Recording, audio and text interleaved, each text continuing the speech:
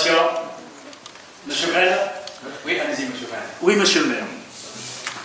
Et je dirais, chers collègues, j'ai eu un moment de bonheur. Baissez le micro, monsieur Grène. Pardon, je voulais dire que j'ai eu un moment de bonheur à l'énoncé du programme, car il y a un point particulier. J'ai entendu la création d'une commission communale. Libre, enfin, 10 ans, plus de 10 ans pour que la loi soit appliquée. Il s'agit de la commission communale pour l'accessibilité aux personnes handicapées qui a été prévue par l'article 2143 du Code général des collectivités territoriales. Sous la précédente mandature, je n'en ai pas vu la couleur, je n'en ai pas entendu parler des travaux. Car cette commission, je dois le rappeler, doit se réunir minimum une fois par an, mais surtout, elle doit rendre compte des travaux sur l'accessibilité au conseil municipal. J'ai regardé tous les comptes rendus depuis mon élection en 2014, je n'ai rien vu. C'est quand même dommage. Mais je suis heureux de cette création. Alors par contre, j'aimerais que dans le courant de ce semestre, nous ayons enfin un point de situation sur le programme des travaux de mise en accessibilité des divers sites de la ville, programme qui avait été approuvé par le conseil municipal lors de sa réunion du 25 février 2016.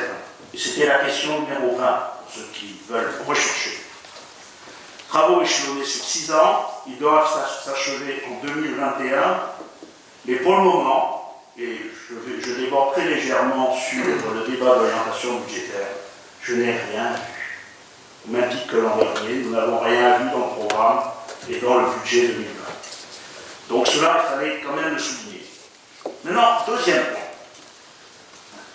Il y avait du positif, mais pas tout à fait. C'était juste l'amorce. La sécurité. Alors la sécurité, elle est essentiellement, après avoir énoncé que les chiffres de la délinquance étaient bons à mettre, axée sur essentiellement la lutte contre des incivilités. 4. Donc moi je m'étais référé à ce que vous aviez proposé dans votre programme, et donc comme ça n'avait été repris, je vais le rappeler. Vous avez dit une ville plus sûre avec le développement du réseau de caméras de vidéoprotection. Et sous ce thème général, vous aviez proposé la poursuite de l'installation de caméras de vidéoprotection, le renforcement de la présence de la police municipale de proximité, la continuation du service tranquillité-vacances pour la surveillance des habitations non occupées et l'extension des zones de circulation limitées à 1 km/h. Ça, c'est commencé fort heureusement sur le début de votre mandature. Maintenant, la question qui se pose du fait des constats de carence que nous avons pu constater, comment comptez-vous faire, vous y prendre pour rendre plus sûre notre ville qui atteint, on l'a déjà rappelé, plus de 12 000 habitants au dernier recensement de l'INSEE. Comment comptez-vous lutter contre les incivilités routières? Là, on n'en parle pas. Donc on peut se faire écraser à Metz, il n'y a pas de problème. C'est la faute de celui qui traverse ou celui qui, je dirais, respectant le code de la route, et donc, je dirais, est victime d'une incivilité. Et puis, pourquoi n'avez-vous toujours pas créé le conseil local de sécurité et de prévention de la délinquance qui a été instauré en 2007? Alors vous allez me dire, oui, il y a un conseil intercommunal, certes, mais le conseil intercommunal, je rappelle, les principales communes sont en zone police, nous sommes en zone gendarmerie.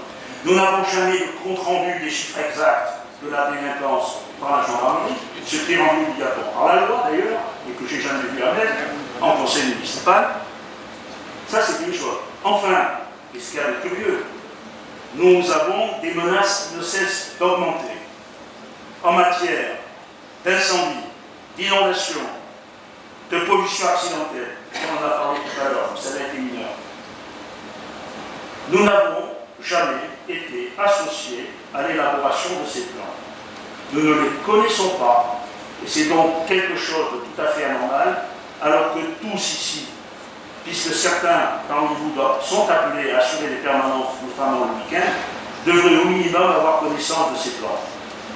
Ce n'est pas fait. Donc moi je considère en matière de sécurité, franchement, c'est un petit peu faible et je dois avouer que je n'accepte pas un manque d'ambition aussi faible, une telle apathie face à un problème qui est quand même, je ne dis pas essentiel, mais si on veut vivre, si on veut faire de mer une vue du bonheur, il faut que la sécurité soit bien assurée. Merci de m'avoir écouté.